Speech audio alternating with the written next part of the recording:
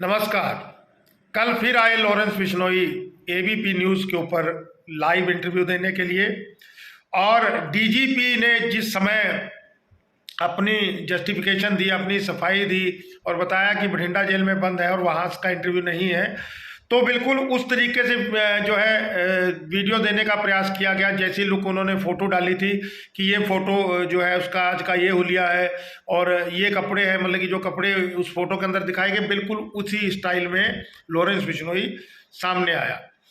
तो यहाँ पर एक मुद्दा आ गया कि ये वीडियो क्या बठिंडा जेल का बना है, ठीक है, जहाँ पर जैमर लगे होने की बात डीजीपी ने कही थी। और क्या अब यहाँ पर लॉरेंस ने अपना इंटरव्यू देकर डीजीपी को भी जुटला दिया। डीजीपी को ये दिखाने का प्रयास किया गया कि डीजीपी साहब जो हैं उनका भी अपनी पुलिस के ऊपर पकड़ नहीं है, अपने जो है सिस्टम या स्टेट के ऊपर पकड़ नहीं है, लॉरेंस उनके ऊपर भी हावी है। क्या ये सब चीज़ें दिखाने का प्रयास किया गया? तो दोस्तों बात करेंगे कल के इंटरव्यू के ऊपर। विनती है आपसे जुड़े रहिएगा और सब्सक्राइब जरूर करिएगा चैनल को अगर आपको ये अच्छा लगे तो, और वीडियो को अंत तक देखिएगा। क्यों? अगर आप वीडियो को अंत तक देखेंगे तो वीडियो ये रनिंग में आएगी और भाइयों तक जाएगी। आपके हो सकता है काम की ना हो, किसी और भाई के काम की हो, लेकिन हम जो मुद्दा आप लोगों के सामने लाने का प्रयास करेंगे वो मुद्दा हमारे समाज के लिए बहुत जरूरी है। इसलिए विनती है कुछ समय निकाल लीजिएगा। तो लॉरेंस बिश्नोई ने डीजीपी के बयानों के बाद जो अपने वीडियो से अटैक किया, पहले उसके ऊपर बात करते हैं। पहला अटैक, लॉरेंस बिश्नोई ने जो फोटो डीजीपी ने पत्रकारों को दिए लगभग उसी हुलिये में और वैसे ही कपड़ों के अंदर जो इंटरव्यू दिया। दूसरी बात, जेल के सेल को दिखाया, उसने एक जगह अपने कैमरे को दिखाया, देखिए मेरे को 24 घंटे बंद रखते हैं, मेरी माँ मेरे लिए सामान बेचती है माता जी, ठीक है, और वही कंटीन के पैसे जमा करवाती हैं, मतलब कि कंटीन से जो कोई सामान की ज़रूरत है, जैसे माँ बाप अपने बच्चों को पालते हैं, वो उन्होंने बताने का प्रयास किया। उन्होंने कहा ना ही हमने कभी फिरौती ली है, ठीक है, ना ही हमने सिद्धू मूसेवाले के माता पिता को धमकी दी है।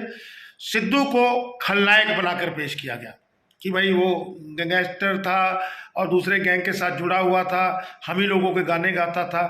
तो सलमान खान की बात कहेगी कि मेरा जीवन का टारगेट सलमान खान को मारना, या वो हमारा जो मंदिर है मुकाम, ठीक है, मुकाम में बहुत बड़ा मंदिर है, ठीक, और काफ़ी पूजनीय है, ये बात तो मैं भी मानता हूँ।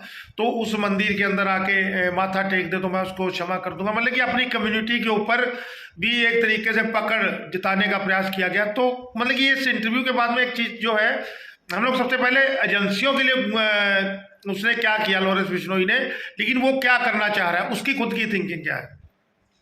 वो पकड़ बनाना चाह रहा है, पकड़ बनाना चाह रहा है कि मैं बहुत जल्दी जो है मतलब कि राजनीति में उतर आऊँ, मेरी कम्युनिटी मेरे को सपोर्ट देने लगे, मेरे साथ में मेरे परिवार के साथ में लोग खड़े हो जाए। भाई सलमान खान से माफ़ी मंगाने का तो यही सिस्टम है ना। उसके बाद में दूसरी चीज़ जो यहाँ पर जो मतलब कि इस इंटरव्यू के ऊपर जो सवाल उठते हैं, क्योंकि जाहिर सी बात है, चलिए पहला इंटरव्यू हुआ तो काफ़ी लंबा इंटरव्यू था, पहला भी तकरीबन आधे घंटे पौने घंटे के करीब था। तो जेल से जब लाइव हो रहा था तो जाहिर सी बात है जिस जेल में भी वो इंटरव्यू हो रहा था, ठीक है, उस इंटरव्यू को जो है मतलब कि एबीपी न्यूज़ के माध्यम से, मतलब कि ऐसा तो है नहीं भी एबीपी न्यूज़ को बहुत कम लोग देखते हैं, जाहिर सी बात है बहुत लोग देख रहे होंगे। यहाँ में हो सकता है कि जेल के कर्मचारी या और बहुत लोग देख रहे हैं। आजकल तो मोबाइल का युग है, तुरंत फ़ोन करो भाई देखो ये कहाँ क्या हो रहा है, तो वहाँ चेक किया जा सकता है। लेकिन एबीपी न्यूज़ ने ये इंटरव्यू बाद के अंदर वायरल किया। जाहिर सी बात है लॉरेंस बिश्नोई, ठीक है, लॉरेंस बिश्नोई से जो इंटरव्यू किया गया, जिसको दिखाया गया कि देखिए लॉरेंस बिश्नोई से सीधे सवाल जवाब किए जा रहे हैं, इसकी रिकॉर्डिंग पहले हुई, ठीक है।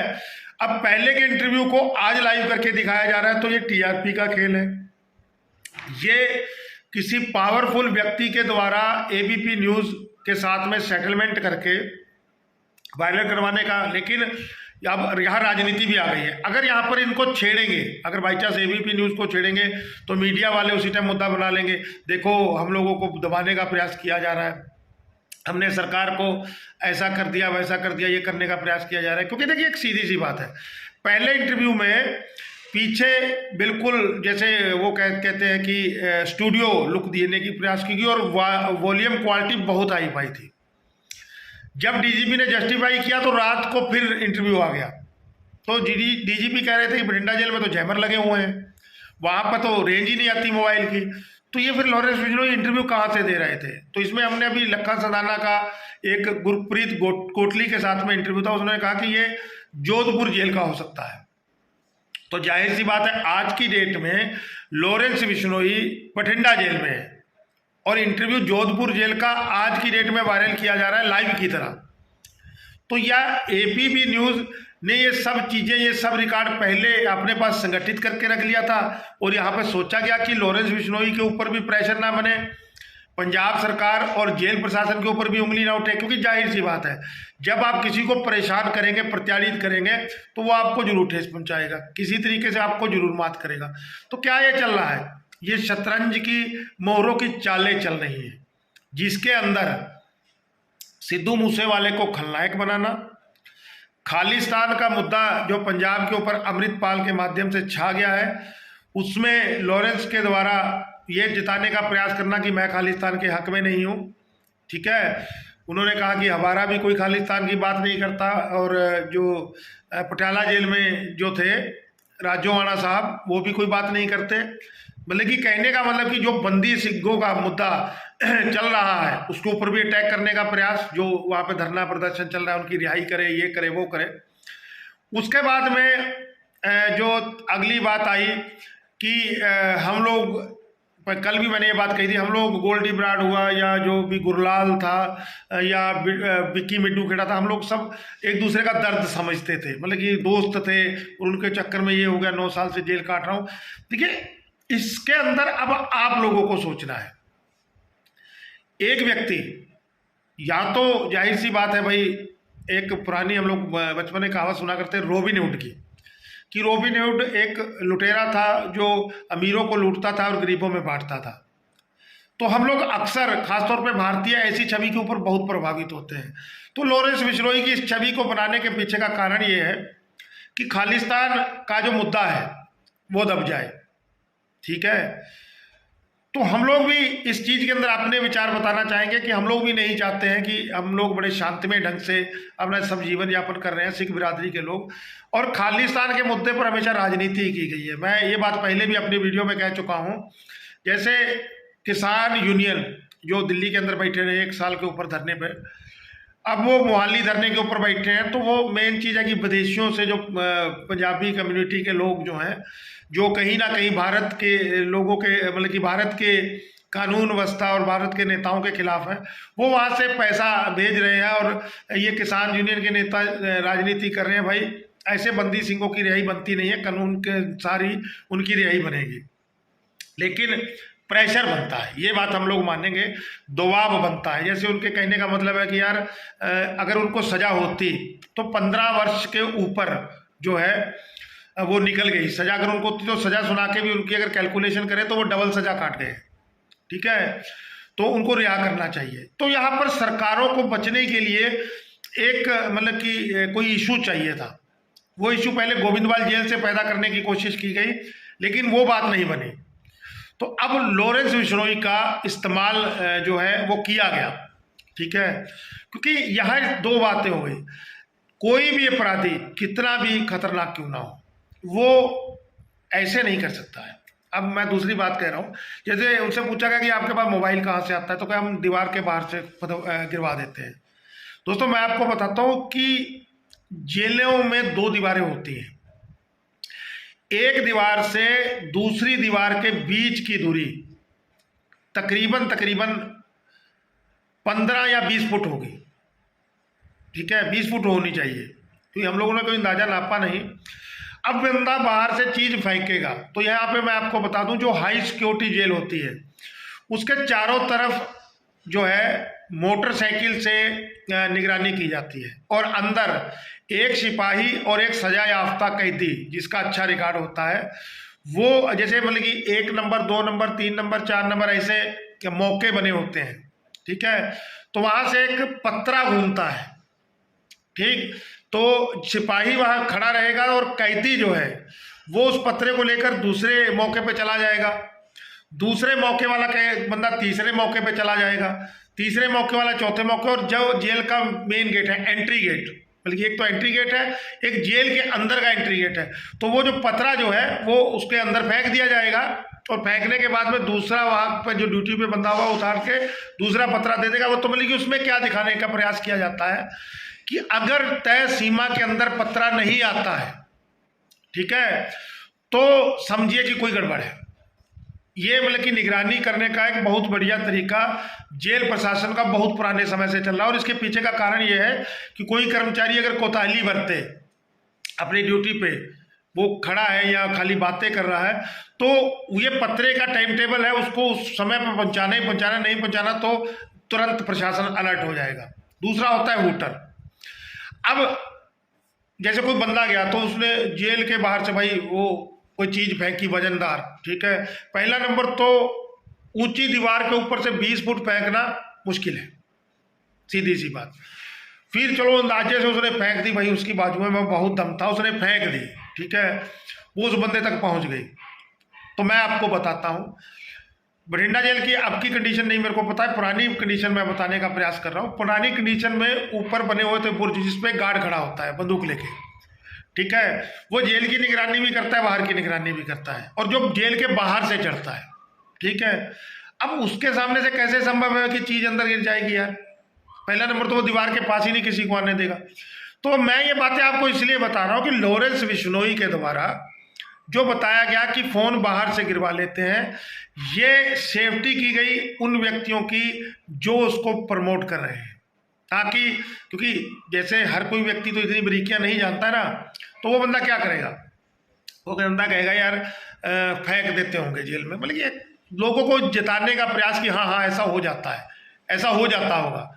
क्योंकि हम लोगों की मानसिकता में ये चीज़ें बसी हैं कि यार हमारा प्रशासन करप्ट है, हमारे कर्मचारी पैसे पे बिक जाते हैं। मैं भी कई वीडियो में अंदर कह चुका हूँ कि एक जो माफिया या गैंगस्टर जो मरने मारने पर तारू है, जिसको लाखों करोड़ों रुपया जो है फरोती मिलती है, ठीक है, वो किसी को भी पैसा दे के खरीद लेगा। जिसकी 50-60 हज़ार तनख्वाह है, उसको अगर 5 लाख रुपया महीना भी देगा तो वो कहेगा यार कर दो कौन पता लगता है, ठीक है। और इतनी बड़ी ड्यूटियों में, क्योंकि दिन के अंदर 24 घंटे में 8-8 घंटे की, ठीक है, 3 ड्यूटियाँ हैं, ठीक, गेट बंद करने और खोलने की। इसके अलावा ड्यूटियाँ तो चेंज होती रहती है, अब 60-70 आदमी आ रहे हैं जा रहे हैं, ठीक है, और पैसा भी आजकल जो है आपने तीसरे बंदे के खाते में ले लें, किस किस का रिकॉर्ड खंगालेंगे, और जब खुद एजेंसियां मिली होंगी तो क्या खंगालेंगे, ठीक। और वो जो कर्मचारी जो बेचारे अपनी नौकरी कर रहे हैं, अपना समय पर आकर अपने बच्चों का पेट पाल रहे हैं, उनके ऊपर हम उंगलियां उठाएं भी तो क्यों उठाएं। तो मेरा कहने का ये तात्पर्य है कि ये सब भारत सरकार की एजेंसियों के द्वारा किया गया खेल है, और हम लोग भी कई बार एजेंसियों के ऊपर आरोप लगाएंगे तो हमारे ऊपर भी एजेंसियाँ कि अच्छा ये हमारे खिलाफ बोल रहा है, इसको पकड़ लो, ठीक है। लेकिन हम लोग जो है नैतिकता के आधार पर अपने देश और समाज की जो जिम्मेदारियों को निभाने की बात हम लोग कर रहे हैं, ठीक है। और दूसरी बात जो है, आज के समय में हम लोगों की जैसे मानसिकता है, हम लोग जिम्मेदारी को नहीं उठाते हैं, हम लोग अपने वोट को सही ढंग से नहीं करते हैं। कोई भी व्यक्ति हमारे दिमाग को बस वाश करके अपने लिए माहौल बना के वोट ले लेता है, और वोट लेने के बाद में फिर वो 5 साल तक हमारा खून चूसता है, ठीक है। अब आजकल उनका मोहरा है लॉरेंस बिश्नोई, ठीक है, क्योंकि पहले जेबें भरने वालों ने खालिस्तान के मुद्दे को उभारा, ठीक है, अब दूसरा धड़ा उनके मुद्दे को डाउन करने के लिए लॉरेंस बिश्नोई को उभार रहा है। और सबसे शर्मनाक बात जो है, डीजीपी के स्पष्टीकरण देने के बाद में इंटरव्यू वायरल हुआ। हाँ, इस बार का जो वीडियो था उसकी वॉल्यूम थोड़ी सी डिस्टर्ब थी, ज़्यादा लंबा नहीं किया गया, लेकिन उसने कहा अब यहाँ पर कोई भी नहीं है और गार्ड जो है वो है ही नहीं, बल्कि गार्ड कहाँ होगा। तो ये होता है जब अक्सर क्या होता है ना, देखिए गार्ड भी एक कर्मचारी है, एक इंसान है। ये अक्सर होता है कि जब जेल के अंदर ताले वाले लग जाते हैं, ठीक है, तो एक आदमी बैठा अब यार 24 घंटे वो या तो बंदियों से बात करेगा जो अंदर बंद है, उनसे बात करेगा तो उनसे दोस्ती वोस्ती हो जाएगी, ठीक है, या फिर वो आपस में बातें करेंगे, टाइम भी तो पास करना है, ठीक। तो हो सकता है कि गार्ड जो है वो जैसे अंदर जब डिप्टी जेलर की गश्त होती है या जेलर की गश्त होती है, उस समय थोड़ी देर के लिए अलर्ट हो जाते हैं, बाकी फिर वो उनको पता है ताले लगे हैं, इनके पास कोई ज़्यादा कुछ है नहीं, ये कहते ऐसे तो है नहीं कि लोहे को एकदम से हाथ से तोड़ देंगे, बाहुबली तो है नहीं ये, तो वहाँ थोड़ा ढीला जरूर चल जाते हैं। लेकिन लॉरेंस बिश्नोई का मामला तो उल्टा है, डीजीपी तक का बात पहुंची हुई है यार। और कैसे ये मतलब कि बंदे जो है मतलब कि दोबारा से अगर उसने 20 मिनट भी बात की तो 20 मिनट में तो एबीपी न्यूज़ के माध्यम से जेल में टीवी लगे होंगे, वहीं से पता लग जाएगा यार लॉरेंस बात कर रहा है, पकड़ो चल के। तो जाहिर सी बात है इंटरव्यू पहले के है, ठीक है, और बड़े तरीके से इंटरव्यू किए गए हैं, ठीक। अब प्रशासन अलर्ट है, तो हो सकता है 2-4 दिन पहले क्यों, क्योंकि जब लॉरेंस राजस्थान पुलिस में था तब क्यों। अब आप कहेंगे कि मैं पंजाब को बहुत सेव कर रहा हूँ। मैं दोस्तों पंजाब को सेव नहीं कर रहा हूँ, मैं यहाँ पर ये बताने का प्रयास कर रहा हूँ कि ये अगर राजस्थान की जेलों में भी होता तो वहाँ से भी अगले दिन लाइव आना है, मतलब कि इतना बवाल होने के बाद एकदम लाइव आना मुश्किल है, संभव है। तो इसके लिए सबसे पहले जो जांच होनी चाहिए, क्योंकि यहाँ पर हम जो है पटियाल साहब की भी बात करेंगे, क्योंकि पटियाल साहब से एक जो है गुरसिख आदमी ने भी बात की थी, उन्होंने कहा था, उसका वीडियो भी वायरल हो रहा है। तो पटियाल साहब की जो भाषा थी वो बड़ी कुख्यात थी और लॉरेंस बिश्नोई के आगे हाथ जोड़ते नजर आए। तो वहां पर उन्होंने कहा था कि हमारी कंपनी जो हम कहेगी, जो हमको तनख्वाह देते हैं, ठीक है, तो हम तो वही करेंगे। तो दोस्तों एक बात सीधी सी, दो बातें हैं यहाँ पर। एक तो अब के एबीपी न्यूज़ ने जो 2 अपने एंकरों को लगाया था, उनका काम था कि लोग एबीपी न्यूज़ पे उंगली ना उठाएं, इसलिए तुमको सिर्फ गालियां देनी है लॉरेंस बिश्नोई को कि ये तो बहुत गंदा है, इसके अंदर तो बहुत गंदगी है, ये उसके इंटरव्यू को आप पब्लिक के सामने प्रमोट कर रहे हैं, हीरो बना रहे हैं, और आप गालियां देख के ये सोच रहे हैं कि इंडियन का तो दिमाग ही नहीं है, ये लोग तो बस जो हमारा काम था एक तीर से कई निशाने लगा दो, 2-4 गालियां दे दो तो हमारी तरफ उंगली नहीं उठेगी, ठीक है।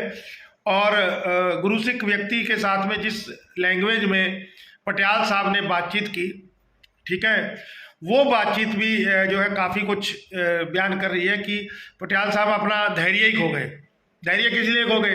क्योंकि अब उनके ऊपर प्रेशर बनना शुरू हो गया।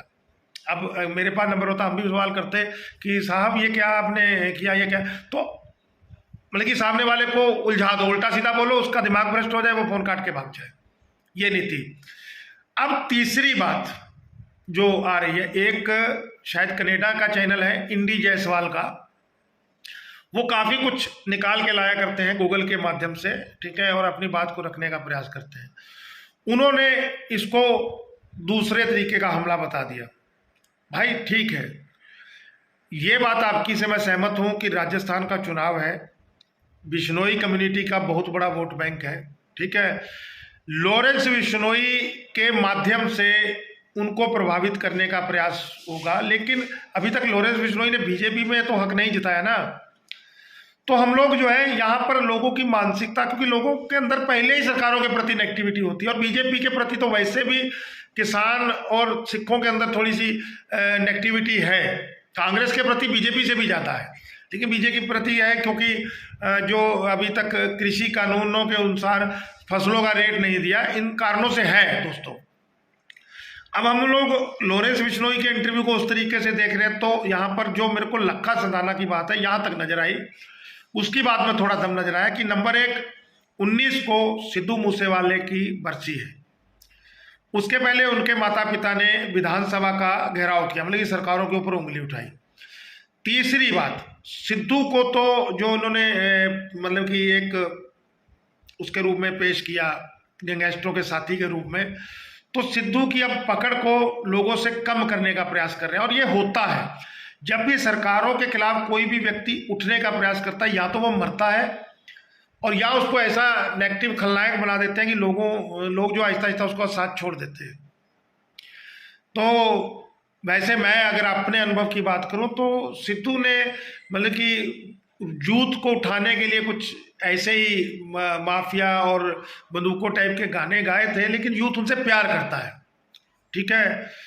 और इसके अलावा जो ये लॉरेंस ने चैलेंज किया है, ये चैलेंज दोस्तों बहुत ही खल रहा है, क्योंकि हम लोग जिस देश में रहते हैं, हम लोग जिस देश का अनाज खाते हैं, एजेंसियां चाहे जैसे मर्जी अपना काम निकालने के लिए देश या देश के ऊपर एक और दाग लगाए, लेकिन हम लोगों को ये दाग स्वीकार नहीं है, ठीक है।